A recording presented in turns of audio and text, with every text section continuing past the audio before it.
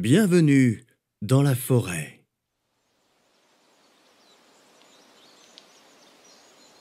Inès rêve de pouvoir se rendre dans une forêt tropicale. En classe, sa maîtresse lit des histoires de tigres.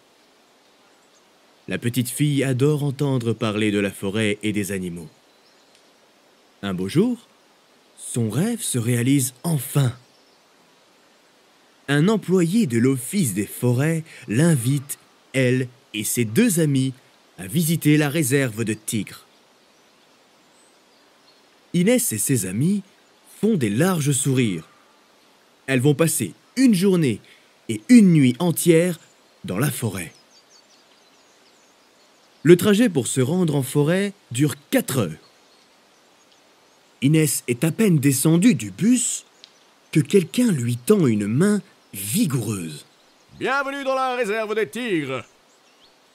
Inès et ses amis y restent groupés. Ça sent fort les arbres et les feuilles.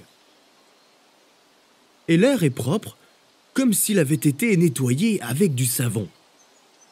La nuit va tomber. Les guides de la réserve leur parlent de la forêt qu'elles visiteront le lendemain. Ils imitent les cris des animaux et des oiseaux afin que les filles apprennent à les reconnaître. Le lendemain matin, Inès remarque qu'il y a 2 chacals à côté du bus. Les filles tendent l'oreille et entendent le bruissement des herbes hautes. Les feuilles sèches font du bruit sous les pattes des chacals.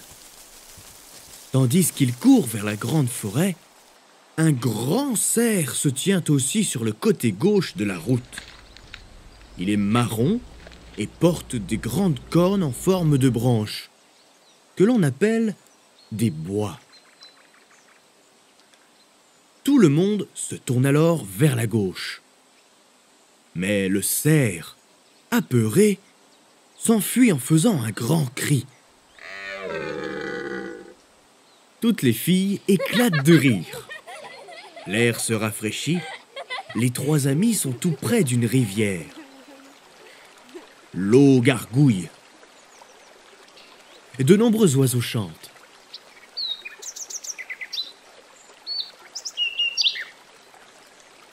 Des feuilles soyeuses tombent des arbres. Ce sont des bébés singes qui les font tomber.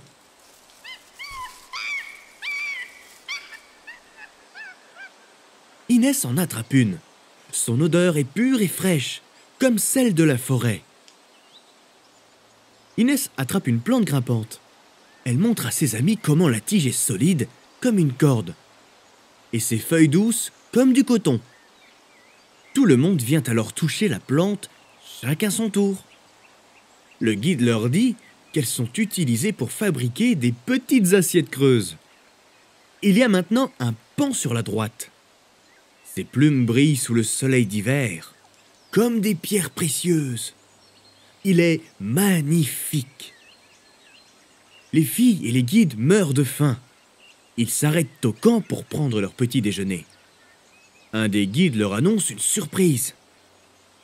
Il leur montre un éléphant nommé Taro, qui fait partie de la réserve.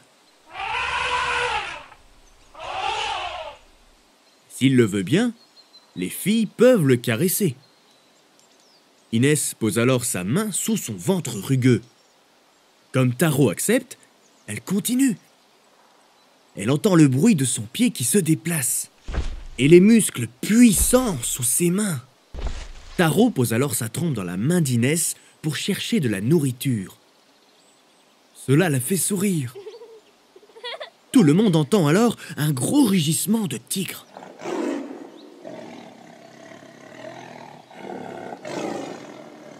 Le guide les rassure en leur disant que le tigre est très loin, même si on l'entend.